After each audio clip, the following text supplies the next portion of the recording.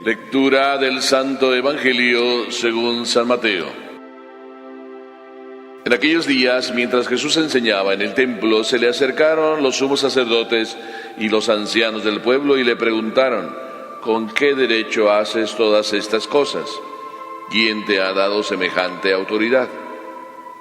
Jesús les respondió: yo también les voy a hacer una pregunta, y si me la responden, les diré con qué autoridad hago lo que hago. ¿De dónde venía el bautismo de Juan? ¿Del cielo o de la tierra? Ellos pensaron para sus adentros: si decimos que del cielo, él nos va a decir, entonces ¿por qué no le creyeron? Si decimos que de los hombres, se nos va a echar encima el pueblo, porque todos tienen a Juan por un profeta. Entonces respondieron: no lo sabemos. Jesús les replicó: pues tampoco yo les digo con qué autoridad hago lo que hago. Palabra del Señor.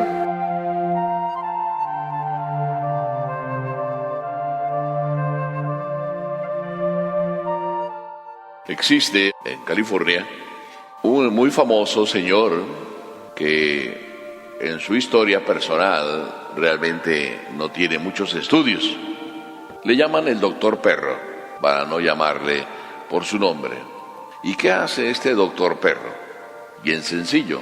Una vez lo entrevistaron y le preguntaron cómo le hacía para curar a todos los perros que le llevaban. Él tiene una clínica, aunque puesto que no tiene títulos, no se llama clínica, porque no se puede llamar clínica. Simplemente tiene un lugar donde cuidan a los perros. Le llevan muchos perros a que los cuide y a que los sane. ¿Y qué tienen esos perros? ¿Y qué tiene él? Pues esos perros tienen muchos problemas, por eso se los lleva. Porque ustedes saben que hoy en día se encuentra uno por la calle perros que pues traen todos bien peinaditos, los llevan a la peluquería y les hacen ahí monerías a los perros y a las perras, y pues les hacen su manicure, su pedicure, y el perrito un poco le falta que también traigan las uñas pintadas, y ya también algunos también las traen las uñas pintadas. Y luego pues también los peinan y les ponen sus moños. A veces uno ve determinados perros que ni cara les ve porque se le caen todos los pelos por encima de la cara y ni puede ver el pobre perro o la pobre perra. Otras veces uno ve a los perros abandonados también, y algunos perros tienen traumas. Y entonces este señor, con una grande habilidad, les soluciona a los perros sus problemas. Así como las personas tienen problemas porque se sienten solas, porque las abandonan, también los perros tienen sus problemas. Son animales y sienten y tienen sus problemas. Y le hicieron una entrevista a este doctor perro, que cómo le hacía para solucionar los problemas de los perros. Y simplemente dijo una frase bien sencilla. Y dijo: los problemas de los perros son muy fáciles de solucionar. Este señor simplemente era un pastor de ovejas y se dedicaba a cuidar ovejas. Y entre su trabajo de cuidar ovejas tenía los perros que le ayudaban a cuidar las ovejas. Y les daba órdenes a estos perros, y los perros hacían inmediatamente lo que él quería. Iban detrás de las ovejas y traían a las ovejas.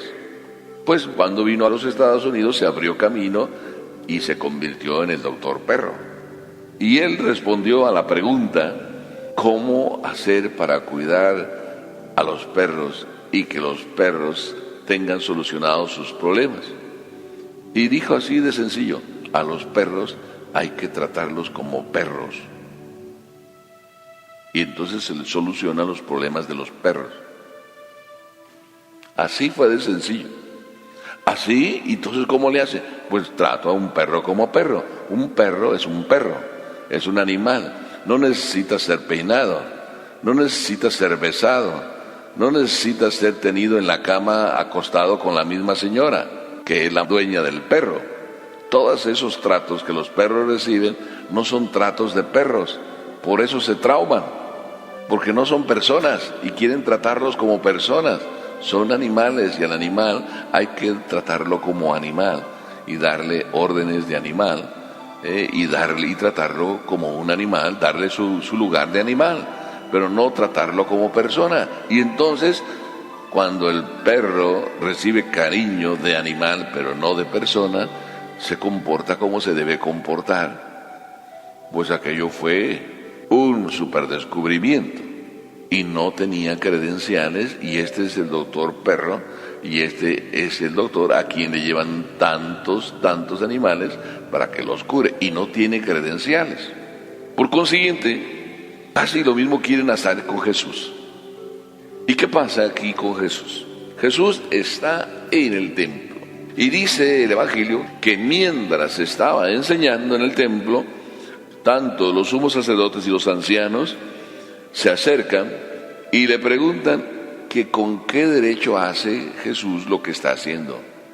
Dicho de otra manera, si solo es el hijo del carpintero y no tiene credenciales de maestro, ¿qué está haciendo? No tiene ningún derecho de estar enseñando, no tiene credenciales, no tiene títulos. Era la pregunta y la acusación era muy clara. O sea que lárgate de aquí. En pocas palabras le estaban diciendo, no debes estar aquí. Muy agresiva era la pregunta. ¿Quién te ha dado semejante autoridad? Bueno, si no tienes títulos también le dicen, bueno, ¿quién te ha dado la autoridad? Porque aquí esto se va delegando de uno a otro. Gamaliel y tal, y todos los maestros van dejando a otro que le sustituya. ¿A ti quién te dio autoridad? Jesús entonces respondió, y respondió a la judía, es decir, con otra pregunta. Si ustedes así me preguntan, yo también a ustedes les pregunto. Si ustedes me responden a mi pregunta, entonces yo les voy a decir con qué autoridad hago lo que hago. Y de hecho Jesús en la pregunta les estaba ya diciendo la autoridad que tenía y de dónde le venía. En la misma pregunta estaba respondiendo. Vamos a ir paso por paso, porque ahí está todo el veneno de la pregunta de Jesús. Cuando fueron preguntados, no respondieron, es porque descubrieron que ahí estaba el veneno. ¿De dónde venía el bautismo de Juan? Juan el Bautista, ¿quién era? El precursor, el que estaba anunciando que iba a venir el Mesías. Juan el Bautista era tan famoso, tampoco tenía credenciales, pero todo el mundo lo seguía. Y estaban celosos de que todo el mundo lo seguía, y terminó también siguiéndolo mucha gente, también de los fariseos, y también de los publicanos, y también de los ancianos, y también de los sacerdotes. Por tanto, la pregunta era muy venenosa. ¿El bautismo de Juan de quién era? ¿Del cielo o de la tierra?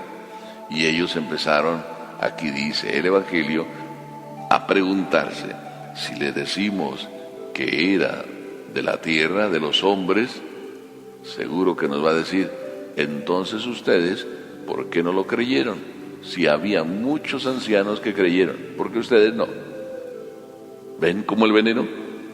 La segunda posible respuesta, si decimos del cielo, entonces, ¿por qué no lo creyeron? Vamos a tener problemas con la gente, porque la gente sí creía.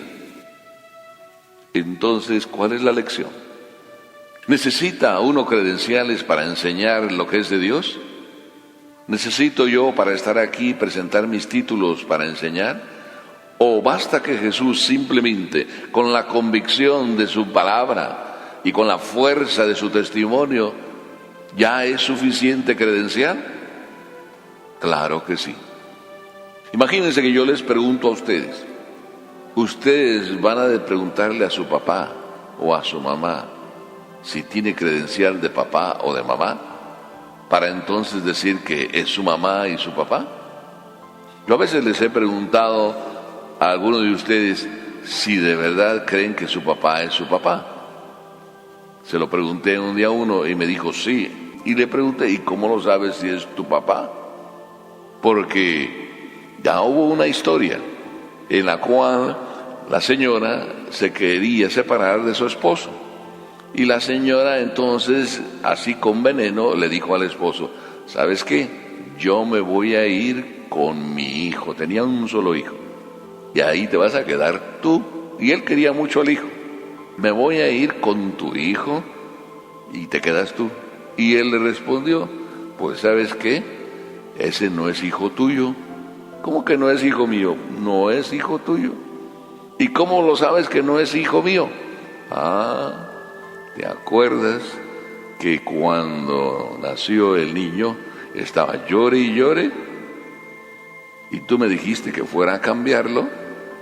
Pues yo fui y a las enfermeras les dije que me lo cambiaran y me dieron otro. Así de que ese no es hijo tuyo tampoco. Y ahí quedó y se solucionó el problema, porque ni se separó.